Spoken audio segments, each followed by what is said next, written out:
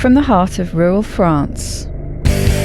This is the Keto Woman podcast, brought to you by me. Hello Keto Lovelies, I'm Daisy Brackenhall, and I've spent most of my life struggling with my weight and confidence, and have always had a difficult relationship with food. Even when I finally got to my target weight, after weight loss surgery and eating low carb, I couldn't maintain it and I was miserable. I've been keto now for over 2 years, and it has given me the freedom to fall in love with food again, without the constant gain, loss, guilt, virtue cycle of before. Health and happiness is where it's at now, running on fat. Welcome to the Keto Woman podcast. Each week I'll be chatting to inspirational women, maybe even the odd man, to discover the secrets to their success so that I can share them with you. So what is keto? Keto is a way of eating that enables you to switch your body's main fuel source from sugar to fat. Who doesn't want to be a fat burner, right? But how do we achieve this? A great place to start is by keeping carbs under 20 grams a day. So things like leafy greens and above ground vegetables, plus some nuts and seeds and the incidental carbs you find in things like full fat dairy. Choose delicious fatty proteins and be free and easy with oily dressings on salad and butter on your veggies. Once you're in the swing of things, you can tweak it to suit you. Make your own personalized keto. You'll hear all sorts of ways to keto from my guests. There is no one way to do keto, no one size fits all. I hope to show you just how flexible and fabulous this way of eating can be. I'm not a doctor, and most of my guests won't be either, so we really can't give you medical advice. It's always best to consult your own doctor when making big changes to your diet and lifestyle, because they know you and your medical history, and so have access to the bigger picture. Wouldn't it be helpful to have one place where you could find all the links? Want to sign up to my new Patreon exclusive Facebook group, Daisy's Lovelies? No problem. How about subscribing to my YouTube channel? Please help me notch up my first 1,000 subscribers by going to links.ketowomanpodcast.com and following the YouTube link. Not following me on Instagram yet? Hit the Instagram button. You get the idea. All the buttons, all the links you need are at links.ketowomanpodcast.com. Thanks for tuning in to episode number 128, where I am joined by Valeria Giordano. Valeria is a 42-year-old Italian who lives with her husband and 8 cats. She is a language teacher at school and university and a professional audiovisual translator. She has just resumed her long-suspended PhD studies for a serious medical condition. Becoming disabled herself, she started independent research in media accessibility and teaching language and translation online by modular distance learning. She talks about her long struggle with ovarian cancer and lipedema, which led to morbid obesity and mobility issues, and the difficulties connected with the current situation with COVID-19. This is a 2-parter, and in this first part, Valeria talks about how she dealt with fast and substantial weight gain as well as a cancer diagnosis. She talks also about her current situation in Italy, where things have obviously been very hard to deal with. If you are listening on headphones, or just super observant, does that apply to listening? I don't know. Anyway, you get the idea. You will pick up some animal noises in a few places. Betsy's snoring does indeed sometimes get picked up by the mic, I've discovered, as do meowing cats. I'm going with it adds character to the episode. I do hope I'm finding you all safe and well as I beam out over whatever device you listen on. I'm thinking of you all out there.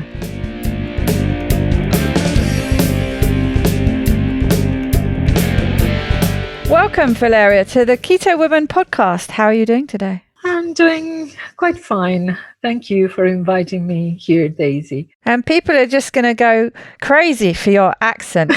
Some people might realize where you're from, but why don't you tell us? I'm from Italy. I'm Italian. I live in Rome with my husband and 8 cats. And that's it. We were just laughing about animals. Most of the listeners will know from my podcast that I have a French bulldog, and she really loves to come in when I'm recording. And I was just explaining to you how She snores a lot. She's just started very, very softly snoring. I was explaining how it doesn't really pick up on the mic I use for recording, but my guests often hear her in the background. So you will no doubt hear her snoring. And I was just saying that I'm surprised I haven't seen your cats yet. Seeing as you've got 8 and you live in an apartment and you have 8 cats, that must get quite crowded. Luckily, it's a big apartment and we can have any animal as special guest today because we love them and so they stay with us. They are all here, but they are actually sleeping because they are nocturnal animals, actually. Well, and cats sleep a lot anyway, don't they? It's some kind of crazy percentage. They sleep something like 85% of the time or something. Yes, in my next life, I want to be born again like my cats and not like me. As a cat. Yes. In my next karma, there will be a Valeria's cat life.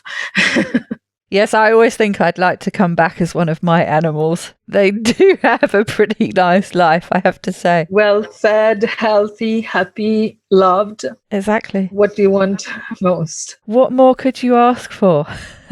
Yeah. And I'm sure people will realise that I would like to hear about what's going on with you in the current situation in Italy. Obviously, you've been the absolute focus and a hotspot for the COVID-19 situation, but I think we're going to wait and get to that a bit later because it wraps up quite well with your story and how it's impacting people who have your condition at the moment. So we're going to just put that on the shelf and talk about that later. Okay. But I'd like to hear about you, so tell me about you.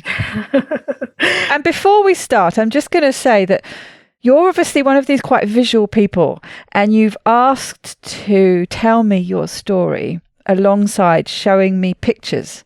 You told me before that when you were thinking about what you wanted to talk about on this podcast, that you sorted out some pictures along a sort of timeline with your story. So what we'll do is, in the show notes later, so people can go and find that and they can see what I've been seeing as you've been talking to me, and we'll show them a bit of a timeline of these photos in the show notes so they can play along too later. Okay, fantastic. So take it away. You tell me your story. My pictures are important because the image I have for myself is totally different coming from some years ago. The image I have of myself now, because I have been a lot of people, a lot of different people. If I see my images, it's like having a totally different person, because sometimes people stop me when walking in the street and they don't even recognize me, because I'm so different now from the one I used to be 5 years ago or 10 years ago. I'm a totally different person, not only physically, that is one that you see in the pictures, but also mentally and psychologically, because I changed, because being sick, been having all of these health issues changed me for good. This is something positive and this is something negative. And I believe we should discuss about the negative things, but also about the positive things, because I like the way I am now, despite all those health problems. Good for you. I need to take a few moments to tell you about free cookies. What? Yes, you heard right. Free cookies. You may remember that I mentioned Superfat would be introducing a new product line. Well, the time is now, and they give you cookies. There are 3 flavours: chocolate chip, snickerdoodle, and peanut butter. The peanut butter ones are a little delayed, unfortunately, due to delays caused by COVID-19 problems, but they will be available very soon. If you are in the US and have Facebook, Amazon, and PayPal accounts, you can get your hands on 3 bags of cookies by following the link that I will put in the show notes. I'll also have posts out on social media before this offer ends on Friday, April 9th. The link will take you to a Facebook Messenger chat, and you simply follow the instructions. I've done it, it's easy. Superfat will refund both the cost of the cookies and the postage, so you truly can try them for free. I'll be doing a live in my Facebook group on Sunday where both I and other people in the group will be trying the cookies and telling you what we think. I'll post it on YouTube afterwards. If you just want to order as normal, you can of course do that by going to superfat.com and using code DAISY at the checkout to snag yourself a 15% discount. Spoiler alert, I tried them and they are super yummy. But don't take my word for it, try them yourself and tell me what you think. Thank you for taking the time out to hear about this week's sponsor. It really helps me make more episodes and keep this podcast up and running. I'm very picky though about who I partner with because it's important to me to only share products that I really like myself and that I think you will enjoy too. Thanks to Superfat for partnering with me again and supporting this podcast. Now let's get back to Valeria and find out more about her story. My main concern when I was younger was to keep myself thin and slim, whatever the cost, because obesity runs in my family. And so I was so horrified to become obese because my father died of complications of diabetes when he was very, very young. All his family was struggling with obesity, and I didn't want to be like them to a certain extent. Whereas from my mother's side, my mother has lipedema. Of course, she didn't know she had lipedema, and I had those legs that started looking like hers. And so when I was maybe in my 20s, I was looking at my mother's legs and saying, I don't want to become like this. And so I want to do anything possible to stay away from this, from my mother's lipedema and my father's obesity. So my main concern was dieting, extreme dieting whenever I could.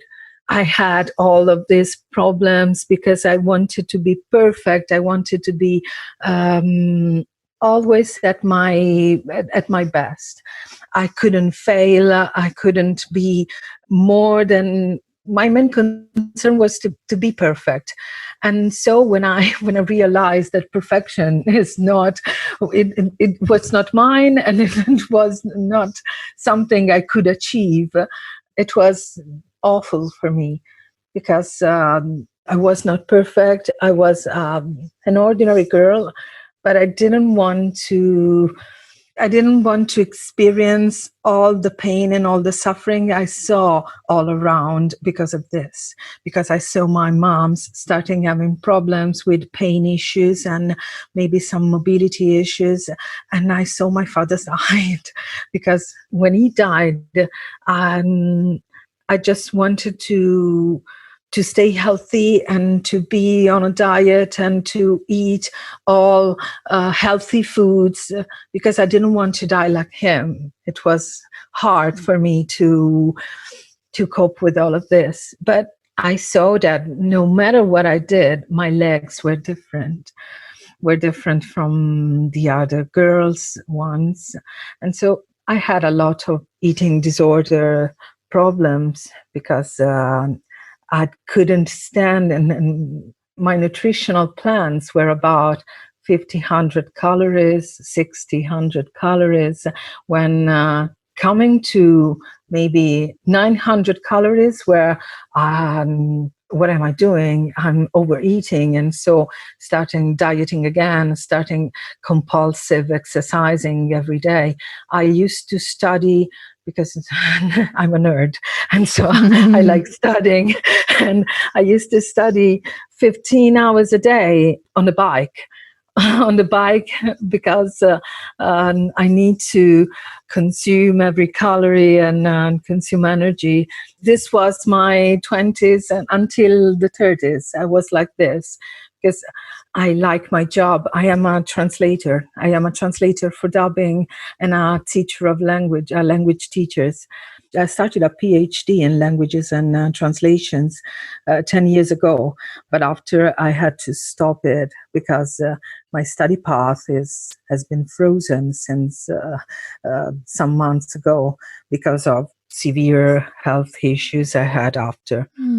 I was going to ask you, when you mentioned about dieting and really your focus was on staying as slim as possible. Presumably, by the sounds of it, you mentioned calories there. So presumably you were just going down all the sort of traditional paths that were common at that time. Basically, probably just calorie counting and maybe low fat and that kind of thing, I assume. Yes. Only salads and yogurt and pineapple. This was my diet. Truly, I did not feel guilty only eating these three foods and Diet Coke maybe. And that's it. When I started eating again after all of this, because I saw I had also some health issues with my period that disappeared totally, and I start seeing doctors, and some doctors thought I was sometimes encouraged by some doctors because my legs were not the ones of a person eating like this. And so sometimes I always had to struggle because doctors didn't believe me. They thought I was just cheating on my diet, that I was declaring to eat something, but it was not true. This was maybe the most painful thing of all my life, because this was so important to me to go on a dietitian and said, I eat all free foods and I eat all 500 calories, because it was the number of calories I was eating. They were defining me as a person. It's terrible, I know. But for me, it was a kind of, this is who I am. Calories were defining me. And so when they did not believe me, they did not see me at all for what I was, because my body was not appearing like the one of a person eating 500 calories, because I had the top part in a way and the bottom one in another way. So I felt I was maybe a monster, because a cyborg, a fantasy creature with the upper body of the person I was, and the lower body of someone else. It was so weird to be like this. You mentioned earlier that you were struggling to be perfect all the time, and you realized that this wasn't possible. Was that why? Because you were doing everything you were told to be doing. You were doing everything right, and you knew you were doing everything right, despite these people not believing you. You knew that you were doing it right, quote unquote. So did you have that realization then that it wasn't possible to achieve that perfection that you had labeled as, again, quote unquote, perfection? It wasn't possible for you to get there because you were doing everything that you were supposed to be doing. Did that have any kind of positive impact on you, or did it just help escalate the negative? I can see it kind of going one of two ways here. I can see it kind of creating this defiance in that I know I can't get there. There's something about my body that's stopping me doing that. Or I can see it also feeding into that negative cycle with the eating disorder. So I'd be really interested to know that sort of aspect of it, how that was impacting you at that time. To a certain extent, I knew that there was something wrong in my body, because I knew what I was eating.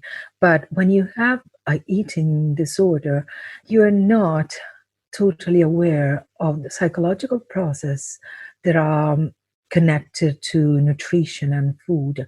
And so for my part, it was always my fault. It was always something that I was missing. I was not doing enough. The scale was my enemy and was my best friend, because when I go up on the scale and when the weight was going down, I was happy. And so this was my way of believing, and I'm thinking and realizing that I was doing things properly. And when the scale didn't tell me what I wanted to be told, it was it was terrible for me because there was always something that I was not doing properly, and that was to go on dieting more, go on exercising more, because my brain didn't realize that it was something else apart from calorie counting and the scale responses, because I felt judged. And a lot of doctors, instead of telling me not to stay focused on this, they sometimes encouraged me to keep on dieting, because you see, you are a very, very nice girl, but look at your leg. You're doing things properly, but look at your legs. Yeah, of course. In which the implication is you're doing things properly, but you're not doing things properly enough. Yes. So just do it more, do it more, do it more. You can completely see how you end up in that spiral, and there's no real way off it, because how do you get off it? You're doing what you're supposed to be doing. So the only way you can do more is to do more of the same thing. The only thing that I was thinking is maybe that when I realized that starving myself was not the way, maybe it was late for something, but it was a sort of epiphany for me, because I realized that maybe I deserved some food. I deserved food and love. Because food and love are always connected, in my opinion. Because since breastfeeding, food is an act of love for yourself. And so I was so miserable when I realized this. But now that I know that I deserve to be loved, I can also deserve some good food. I'm not ashamed of saying that I eat something and I like it, because I couldn't say I like this food. That could be healthy food or not healthy food, because no one is guilty when admitting that chocolate is good. It tastes delicious and you can like it. And no one is going to kill you for this. For me, maybe for someone else, this is normal. For me, it wasn't. For me, it wasn't. And realizing that I was even capable of eating some chocolate and not to be killed or punished for this, I felt so free when I realized this. And this was maybe one of the most amazing things I have in my life. After that, everything maybe became different. This was realized when I was at the top of my weight, because after all of this, the thing that made me suffer was that when I gained a lot of weight, my weight gain was totally unexplainable, because I didn't change my eating habits. I just started gaining weight and gaining weight and gaining weight, and I didn't know why. The massive weight loss was during a super, super strict diet. This was so funny, because I started a very restrictive diet, and during maintenance, I started gaining weight, and there was no way to reverse it. I was gaining 10 kilos every month. And so after a year and a half, I found myself with more than 100 kilos more than I was before. And for someone who is so concerned in being thin and slim, it was maybe the most disgusting thing that could happen to a person like me. I was so miserable that time. I believe this was the biggest trauma I had in my life, and I am a cancer survivor. And so it's actually quite a significant physical trauma for your body to gain that much weight in that period of time. To translate that, 100 kilos, we're talking about around about 220 pounds. In a year, that's a big gain in a relatively short period of time. When did this happen? So the pictures I'm looking at here on this screen, and the listeners will be able to see in the show notes, that was in your 20s and 30s, was it? And this year of weight gain, when did that happen? I'm showing you another picture. I was 33. And then there was also maybe a symbolic religious a symbolic religious issue in my debacle, because it was in 2012 when was the apocalypse supposed to be, and I had a personal apocalypse. That is so weird to speak about this in this moment, and we're experiencing a word apocalypse to a certain extent. And so I had my personal Maya apocalypse when it was supposed to be in 2012. I was in my 30s, and I became like this. With hindsight, knowing more about things like lipedema and things that you know now, have you any idea what happened in that year? What triggered? Do you know what was going on in your body to just suddenly trigger that huge change? Actually not, but I started having gynecological problems, and that after that, my life was bleeding and gaining weight, bleeding and gaining weight. Because it is tied very closely, isn't it, with hormonal changes. I can remember talking to Mendy Staggs about this. Yes. And her saying the real close connection with significant hormonal changes. So all the things, that we all know about: puberty, pregnancy, menopause, those kind of things. But she did actually mention, I think, or it might have been Rayanne, I'm not sure, who mentioned that it could be tied into gynecological issues. Maybe if somebody has an operation tied in with that, these kind of things can trigger a significant change with lipedema as well. So I'm that kind of person who likes to try and find a reason for something. And so I was just wondering if you had found a particular reason. And it sounds like potentially that was the thing that was linking it, some problems along those lines. Some years before, I used to gain some weight after taking the pill. Mm-hmm. How do you say the pill? Yeah. Okay. Contraceptive. After the pill, and I don't know actually what happened that year in my body, but the only thing I know that in my body there was an hormonal earthquake. Mm. I can't define it better because I can't connect to something specific, because it just happened and that's it. And maybe I was stressed. I was stressed because my life was very stressful. I used to work 10 hours a day, moving from a place to another. And so maybe this thing could cast an influence on my hormonal balance. But I really don't know what happened and what made it totally going crazy. I was so in pain, in constant pain every time, because my body was not simply gaining weight. My body was trapped in a prison of fat. That is different from gaining some weight also, because I saw many people also that were maybe bigger than me, but that were able to move.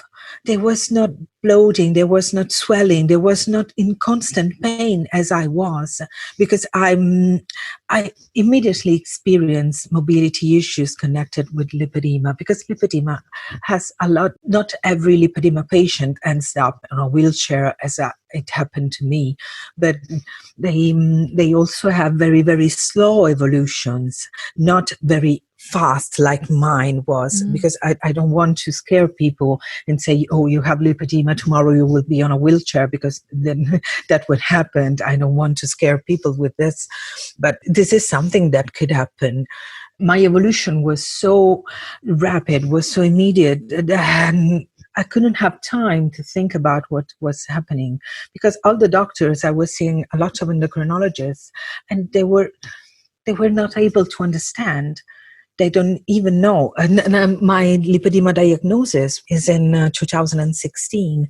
So 4 years after all the things happened. They just thought I got crazy from one day to another and started overeating and overeating and overeating. That was something that I never binged. I have never binged in my whole life. And I was fighting with doctors in saying, I'm not a binger. I'm not considering binging as something wrong because it's a disease like another. But it was not mine, because why are you giving me a disease that I don't have?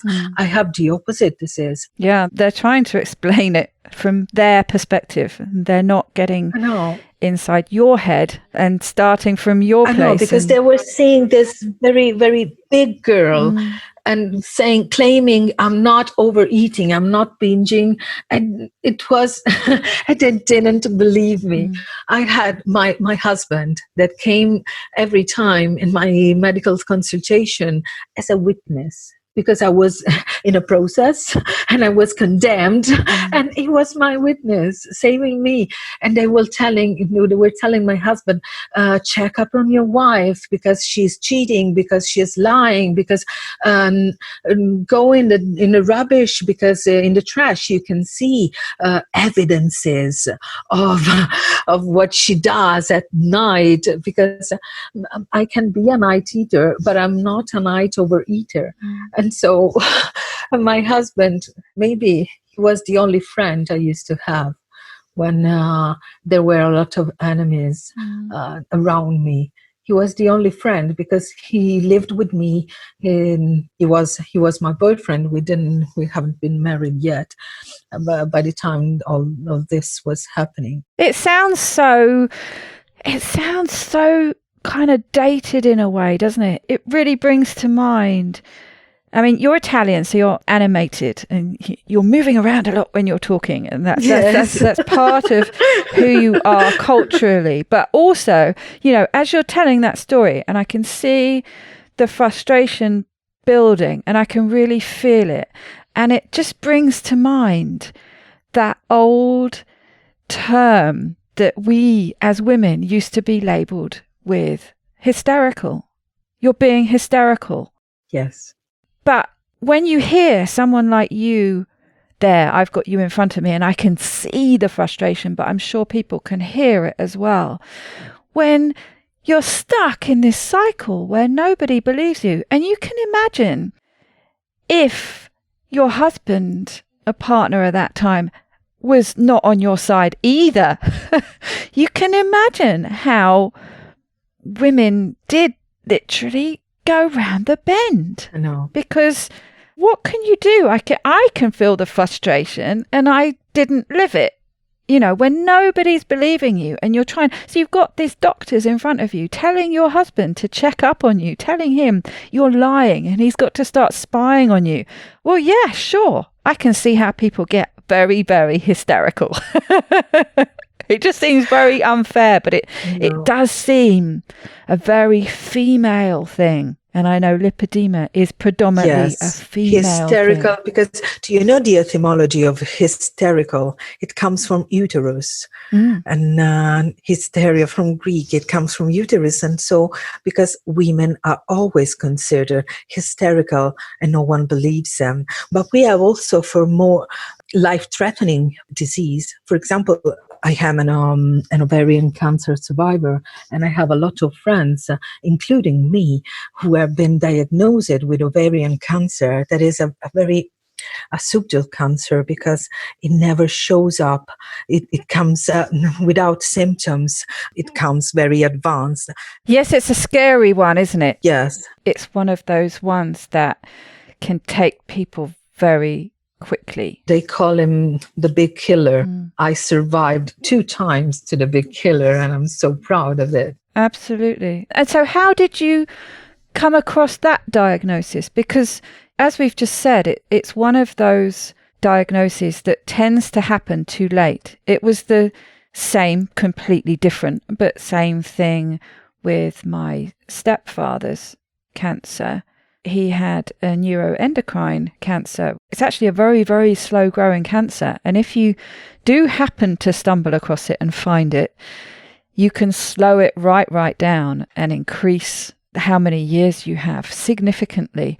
But the sad fact is that it's often not diagnosed until it has become secondary, it's metastasized. Yes. And it was discovered with him when his liver was just full of it.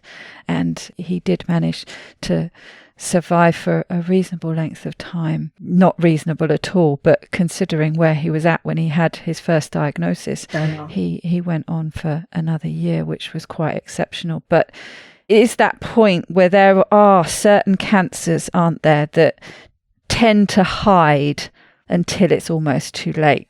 And ovarian cancer is definitely one of those. So, what happened with you? Were you lucky in finding it early, or were you just one of the ones who managed to survive even, despite having a late diagnosis? I believe that being stubborn saved me, because I kept on. All doctors were focusing on, you have to lose weight because you weigh like 3 people, and they were right. But after I had a bariatric surgery, I had a gastric bypass and started losing some weight, and then totally stopped. And also the weight I was losing I was not losing any weight from my legs and from my arms and from my bottoms. They were so focused on wanting me to lose weight that forgot all the rest. And I kept on saying, okay, I'm losing weight, but there's something wrong. I'm not someone who complains. I never complain about things because I always used rage because I was so angry. But I didn't want to complain because I don't want people to see me weak. In that time, I felt weak. I felt weak because I felt pain. I felt tired. I felt different. And I kept saying, what's wrong with me? I have some hormonal issues, but I can identify. Going to doctors, they're not giving me some answers. And they kept saying to me, oh, you want the answer you want. What was the answer I was supposed to desire? Because I just wanted a reason why it's all happening to me. What's happening to my body? And I was so focused on wanting an answer for all of this. And so I went to a doctor and just asked, and let's make some scans, let's make some exam.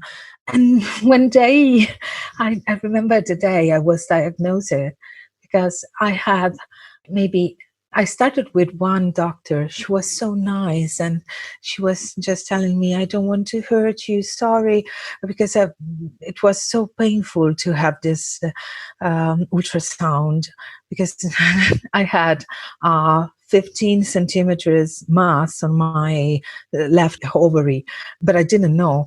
When she started seeing, I saw the changes in her face. I saw the change in her face. I saw that there was something very bad in my body. I read it on her face, because she kept on smiling at me with the face, with the mouth, but not with her eyes. And I said she was worried, and can you excuse me for a second? I'm going to ask for my chief. And so after half an hour, there were 5-6 people in front of the ultrasound monitor. And so what was happening? The C word was not told yet. But I started thinking, oh my God, I have something very, very bad, because they're having a medical symposium on my ovaries, and I don't know what's going on. And then when they gave a name to my disease, they were starting talking about cancer. It took me maybe 1 month to realize what was going on, because I couldn't associate I couldn't match my brain and this word. This was all happening to me. it was not happening to me. It was happening to someone else. It was only a bad dream because it's cancer. I'm going to die. Because you see yourself. You're not thinking you will survive. You will. You just say, okay, I have cancer and I'm dying, and so say your goodbyes to all the people you love, and stay focused on regrets for everything you wanted to do in your life and you didn't, and that's it. When I realized that I could also survive, and it was amazing to see that cancer can change your body from the very, very internal part, but also your mind, because I became resourceful, I became stronger. I sometimes feel like I am a rock, and anything, I can survive anything after this, because it is so huge. I can define it differently. Yeah, it really is. What was the treatment you had to go through? Presumably they operated to remove it. I had one big surgery and I had chemo. Mm-hmm. For the first cancer, I had a recurrency last year.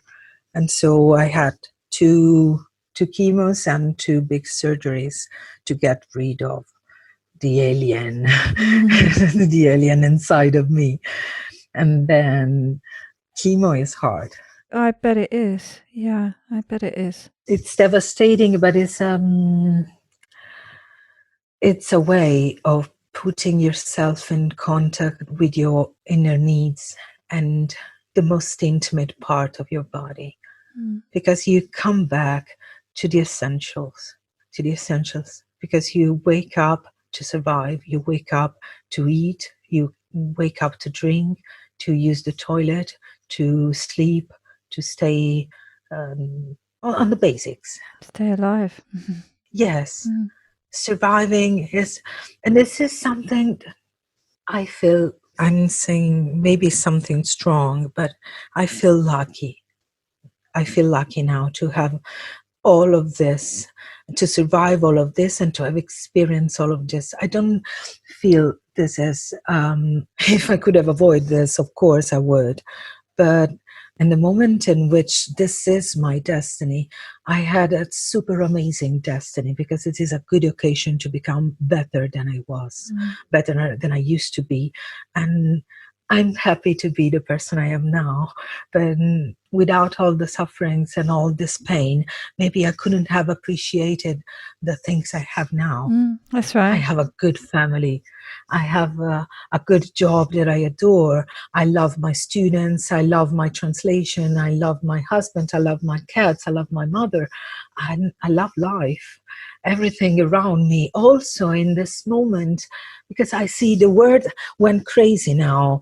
After the coronavirus, we have the world, it became like me, because like my life, I'm locked down since 1 month, and for me it's okay. I'm starting just suffering because I want to go out, but I'm locked up inside my house since a lot of years, and not since 1 month. And so when the world got crazy, I believe that we cancer survivors have some resilience, some more to deal with all of this and to survive all of this, because we can adapt to every situation. We can change ourselves according to the situation, and so we are superheroes. Maybe you are.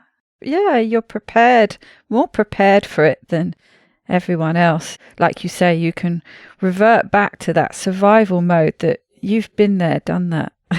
Yeah.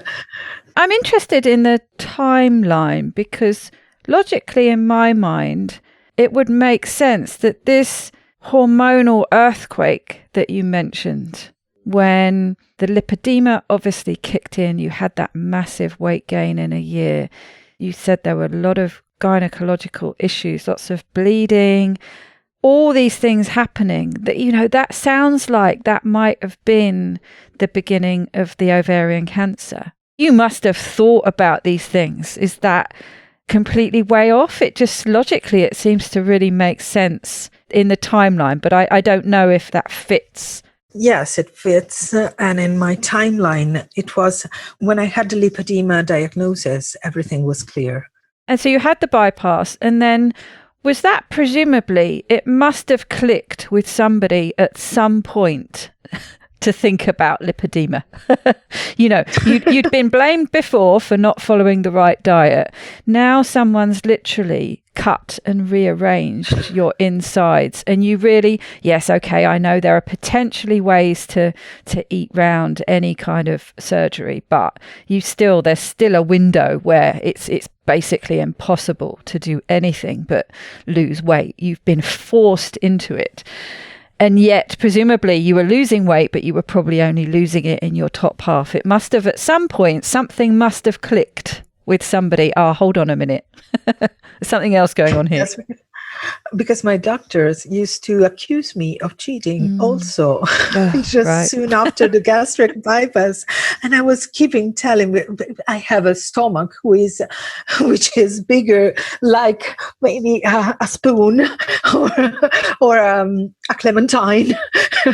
So how can I cheat on the diet? Because everyone who had experienced bariatric surgery and has a gastric bypass, you know that you can't cheat in the first months because if you cheat, you stay very, very sick, and you experience dumping syndrome because you don't have space, because you don't have the stomach anymore. And also with yours, mine is slightly different. I had a sleeve, so the rest of my digestive system stayed the same. All it does with a sleeve is it removes most of the stomach. Yes. But a bypass is different in that you reduce the size of the stomach, like you say, down to much smaller than mine was. But they also bypass part of the intestines. The idea being behind that is so that you're not absorbing. So mine is a restriction operation. Yours is both a restriction and a malabsorption operation. So it doubles down, if you like. And so, like you say, it is virtually impossible to cheat. Yes. For at least the first 6 months. The most important effect in gastric bypass is more than malabsorption, because we have several surgical procedures, bariatric procedures that have a big side of malabsorption, and bypass doesn't have. It's just a very small malabsorption in the first months, and that's it. But the mechanism behind the surgery is rather than malabsorption is restriction, and is the metabolic effect of the gastric bypass, because you change the way you digest sugars. And so you can't eat any sugars, because if you do, you stay sick for hours. You can have dumping syndrome. You can become intolerant to carbohydrates. And so you can't eat them without feeling sick every time you do. I have, after 7 years from my gastric bypass, I still can't eat refined sugar. Sugar is not part of my nutrition anymore. And you're forced to go on a low carbohydrate diet rather than before start thinking about a keto, because I have a very good keto experience in my life. It's something that you need to see, because my arms, because I also had lipedema surgery on my arms, and I was supposed to start the legs despite the coronavirus stopped. And this picture is important because you can show people that keto can do a lot to a lipedema patient. And maybe you can remove all lipedema fat, because lipedema fat is not supposed to be removed by any nutritional plan. The nutritional plan, among which keto and RAD diets are the most effective ones, are simply they help you with the progression of the disease. They help you with non-lipidemic fat you have on your body, and they help you also with symptoms, because pain disappears. because maybe we can develop some kind of food intolerance to carbs. And so there's no point in going on eating carbs if your body is not able to deal with them. Mm-hmm. So keto is important for us, but nowadays it's still an experimental treatment for lipedema. Yes, that's certainly quite a significant change I'm seeing in the picture in your arms there. I just want to bring you back to the diagnosis you got and who made that jump. Whose brain did it click in to think about either sending you for a lipedema diagnosis, or whose brain did it click in that this is what you had after the bariatric surgery? And presumably you were losing weight, but you weren't losing weight in the way that they would maybe expect. And you've already said that they were accusing you of cheating on that. But then what happened? Where was that shift? When did that lipedema diagnosis come in? Soon after my first cancer, because after the bypass surgery, I lost 50 kilos in 5 or 6 months. That's half of that big gain you had. Yes. We're talking about 110 pounds. And totally stopped. After 5 months, I was not able to lose any other kilos. And so I started going to my doctors and say, "Oh, doctors, what's happening to me again?" Because I did what you want me to do. And I didn't know what else to do to lose weight. Otherwise, I had my stomach cut. I had my guts cuts. And what's going on? What's the problem?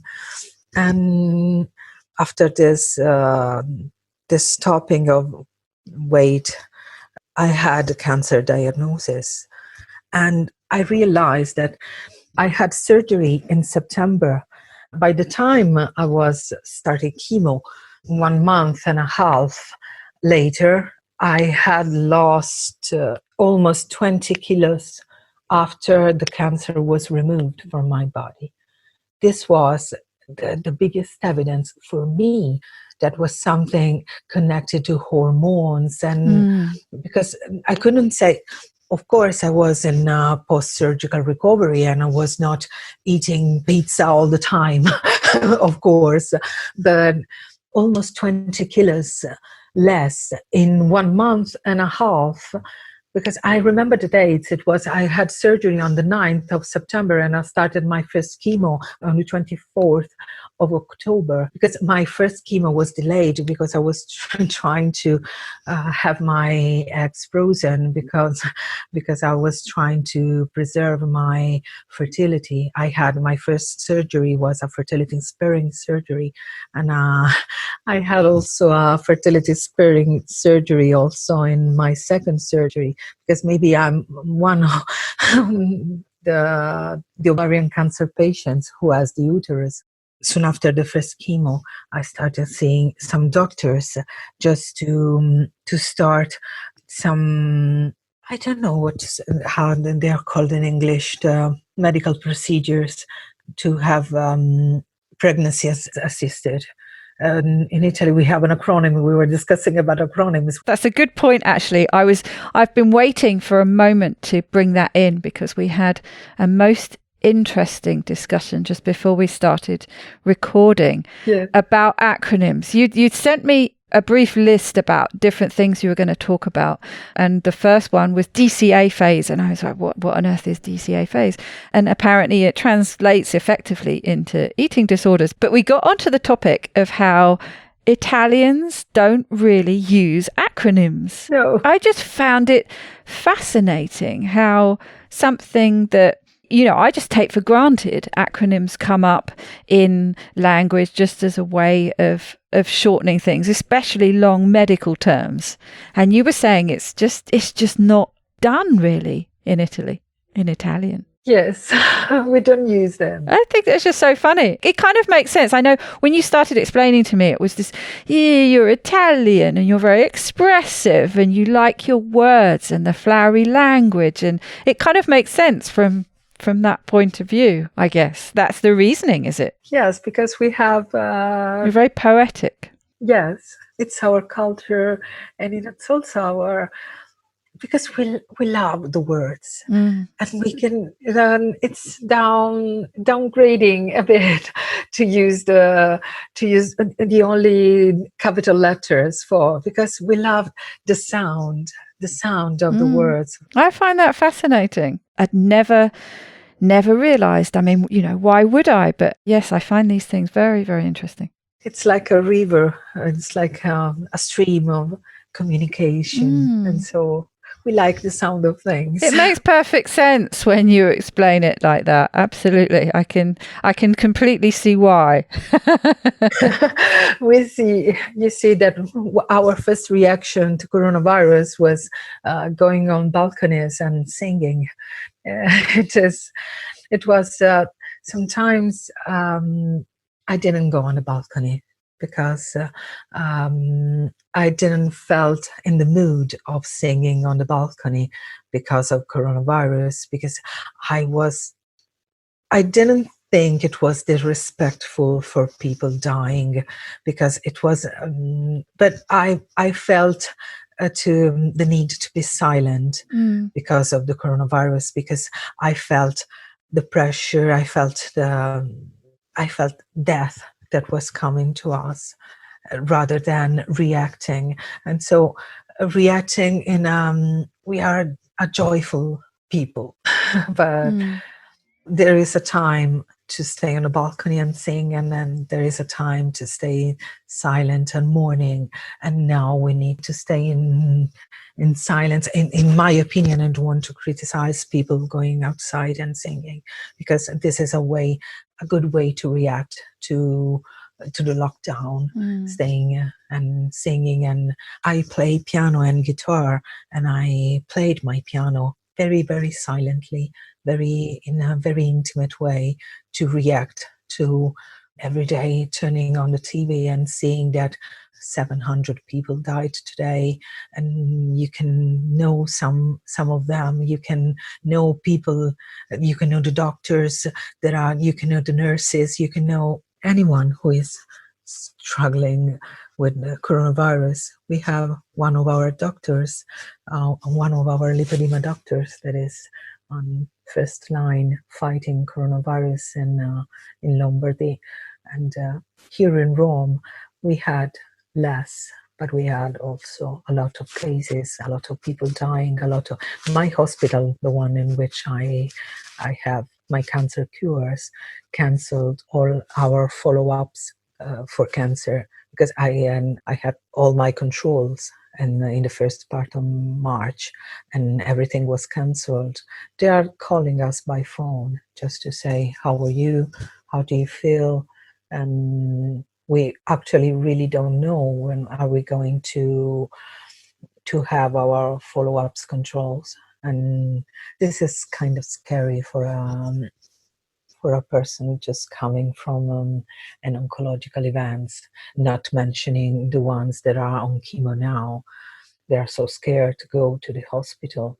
Of course, they are using all the precautions, but we are we are fragile. There is a very big issue in this moment, because when they say that there is not enough space in the ECU, it's not something there. It's not a legend. It's true. And so maybe if we have to choose between a healthy person and a cancer survivor, if they have to choose, they will go for the healthier person and not for you. So we're kind of scared and staying at home, not to doing anything, because we could, if we get coronavirus, it will be terrible. We can't get the virus, definitely. So we stay at home doing just waiting and watching TV, and we don't go. It's an interesting point, isn't it? That is obvious when you think about it, but you're not necessarily thinking about it because everything's so overwhelming with having coronavirus at the front of your mind. You forget that there are people who either were scheduled to have operations, who are in the middle of having operations or treatment, like you were saying. in the middle of follow-up. All these things that would normally be happening that have been put on hold, or even worse, are just being ignored.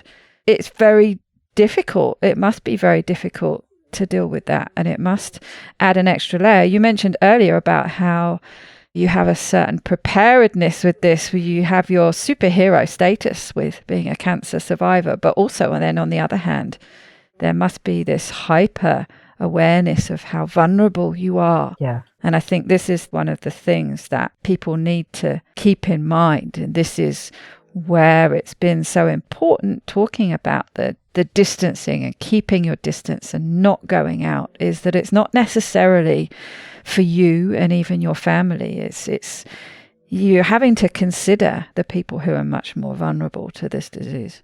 Yes, because a lot of healthy people can deliver the virus, and they can carry the virus with them, not getting sick, never getting sick, but they can having other people get sick. And so maybe we have a lot of people in their 20s, for example, that moved from Milan and came back to their houses, to their hometowns in southern Italy, and they all infected their grannies, for example. So they have been quarantined, but a lot of they have to know that when they go home without permission, in this moment they can kill their loved ones. They should stay at home, never move, because the situation is very, very hard now, because everyone wants to come back to something normal. But we see in China now, they're starting after maybe 5 months to gaining back their ordinary lives with still a lot of restrictions, and they were so much stricter than we used to be, because we gradually came to the virus. We didn't realize, also in our institutions, we didn't realize how bad it was.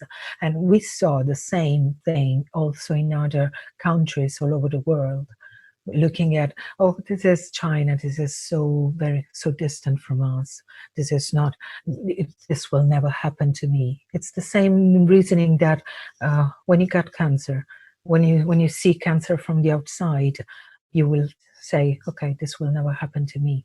Then it happens, and you have to deal with this.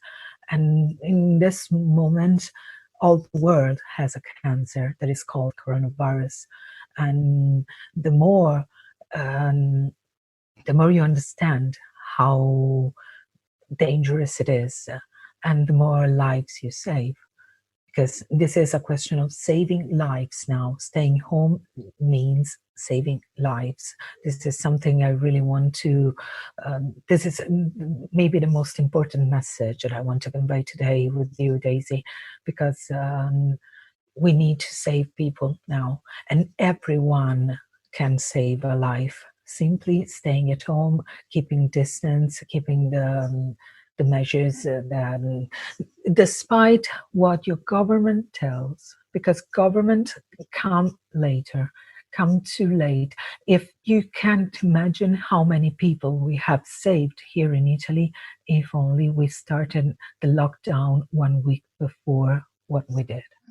I'm confined in my place since the beginning of March, but the lockdown was commanded maybe for all Italy, maybe on the 11th of March. And so it was so late. The 11th of March was the date I was supposed to have my leg lipedema surgery.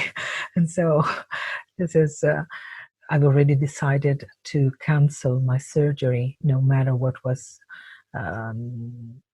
were they deciding about elective surgeries, because I see a lot of, we as a charity assist a lot of people in this moment, because I believe I didn't tell it before, but I'm the president of the Lipedema Italian Association, because the LEO, this is an acronym.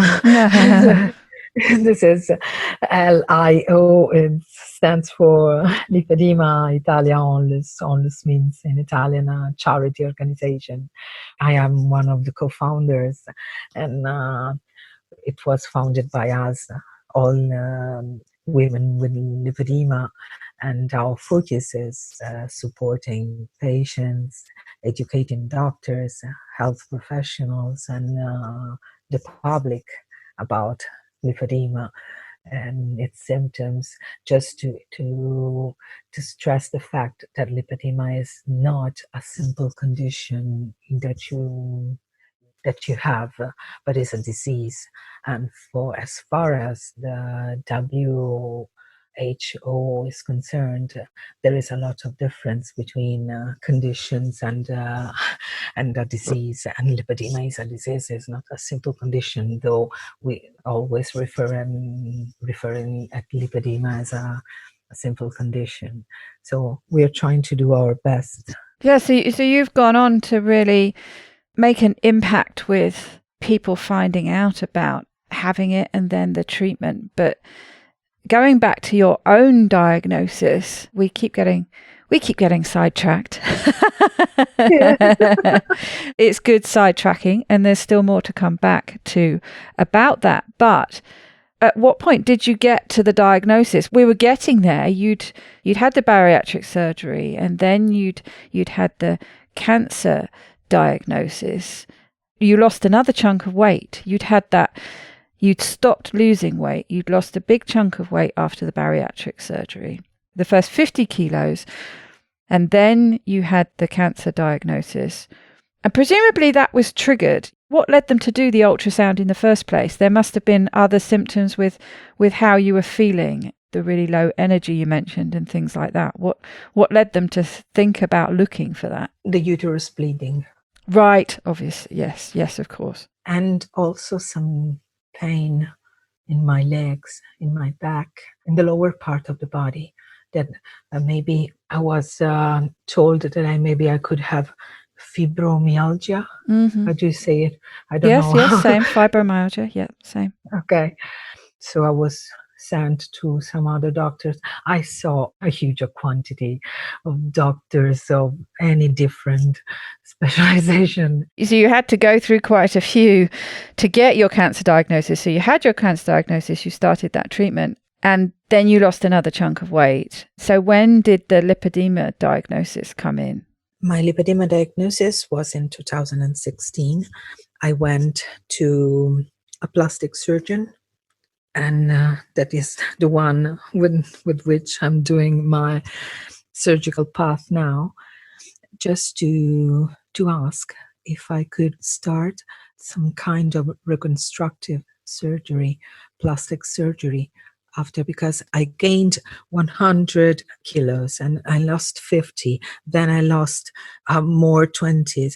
And so my body was it was so horrible, because it was so disfiguring for me, having all the skin for the weight loss, and also still having these big legs and big arms and big thighs. And so I went to him just because maybe he was just the man I need to have. Because I went to my doctor, to my endocrinologist, because I had something wrong on my belly.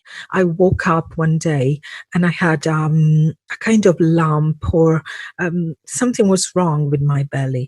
And I just asked my doctor, what's happening? Maybe I thought I had some herniation or something just next to this to the place I used to have the stitches after the surgeries. Mm-hmm.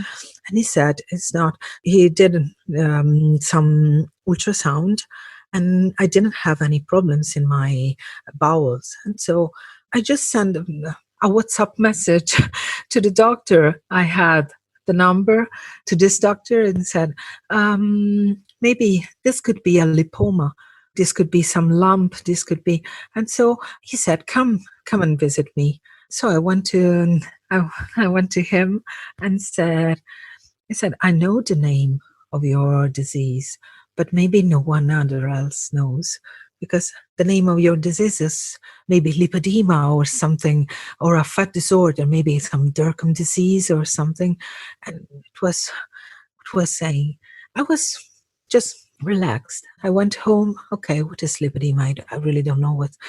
And I called him back. Just, oh, sorry, doctor. What did you say about my disease? It was called lip what? Lipedema. Okay. And I went on the internet and just Googling. An entire world was opening to me. And then I started reading. I started binge reading everything about lipedema. I saw scientific literature. I saw Facebook groups. I came in touch with lipedema, Catherine CEO and Ketogenetic Group. And it was reading all the stories. And it gave a sense to all my previous sufferings. Because those girls are like me.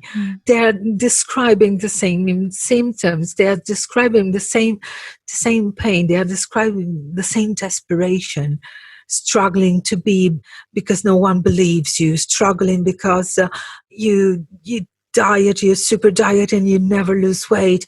I thought I have kind of ambivalent with my lipedema diagnosis, because from one side, I was the happiest person ever, because I found after all the 10 years of struggling, I had a name.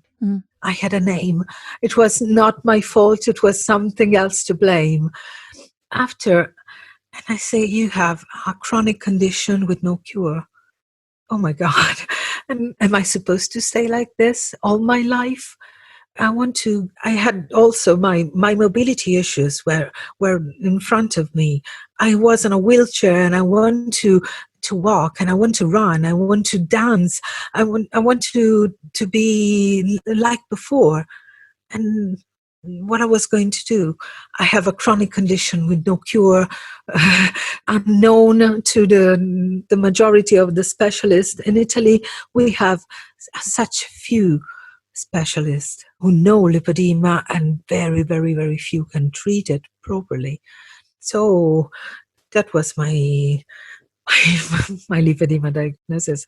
I came up with some girls on Facebook in the Italian group.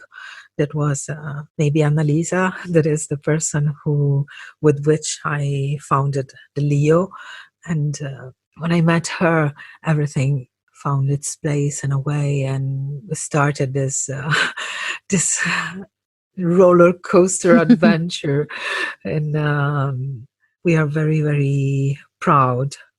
I don't only feel that I'm one of the Leo founders and one of the members of this community. I feel we are, Annalisa and I are two mothers of a little baby with maybe a pink fairy tale, because our logo is a pink fairy tale. Right. I'll show you in the pictures after that we are helping in 2 years and in 1 year, since we are a charity, a recognized charity. You can't imagine how many people received proper diagnosis thanks to us. How many people received proper treatments in Italy, because otherwise people were going to undergo the surgical path in Germany. It was hard for them because maybe they don't know the language, they have linguistic issues, and also we helped a lot of people, and we are proud of it. I bet, yes, and justifiably so. I mean, what an incredible impact to have. That really makes a difference.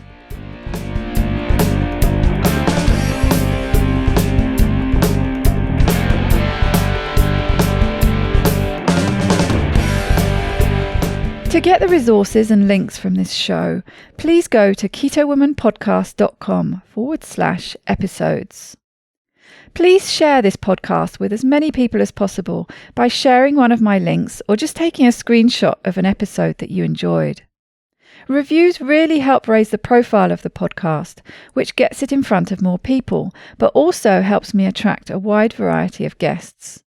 So please take a minute to leave a review on whichever podcast app or platform you like to listen on. It doesn't go unnoticed by me, the people who regularly like, share and comment on my posts. Your support really does mean the world to me. Thank you. Are you enjoying this podcast? Help me make more episodes and videos by making a pledge at my Patreon page, patreon.com/Keto Woman, or simply hit the support button on the Keto Woman podcast website. Don't forget to join in the fun on the Keto Woman podcast Instagram and Facebook pages, and Daisy_Keto Woman on Twitter. Are you my next extraordinary woman? Maybe you've got an idea for a show, a topic you would like to hear about. Let me know how I can tickle your earbuds by dropping me a line at daisy@ketowomanpodcast.com. This week's end quote is from Thomas Edison. Our greatest weakness lies in giving up. The most certain way to succeed is always to try one more time. Bye-bye, Keto Lovelies.